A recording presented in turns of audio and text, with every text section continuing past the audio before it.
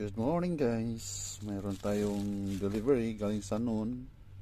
So bumili tayo ng accessories ng ating GoPro Hero 12.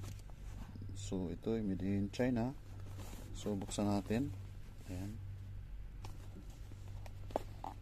So parang bukas na. Tingnan natin. Ayan. Tingnan natin. Buksan muna natin. So ito na siya. Okay, may pagka-rubberize yung accessories kit nito.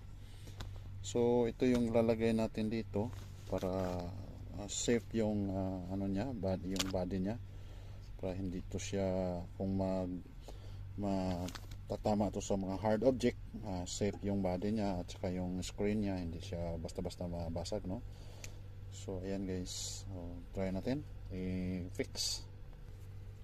Ayan, na-fix na natin guys, no?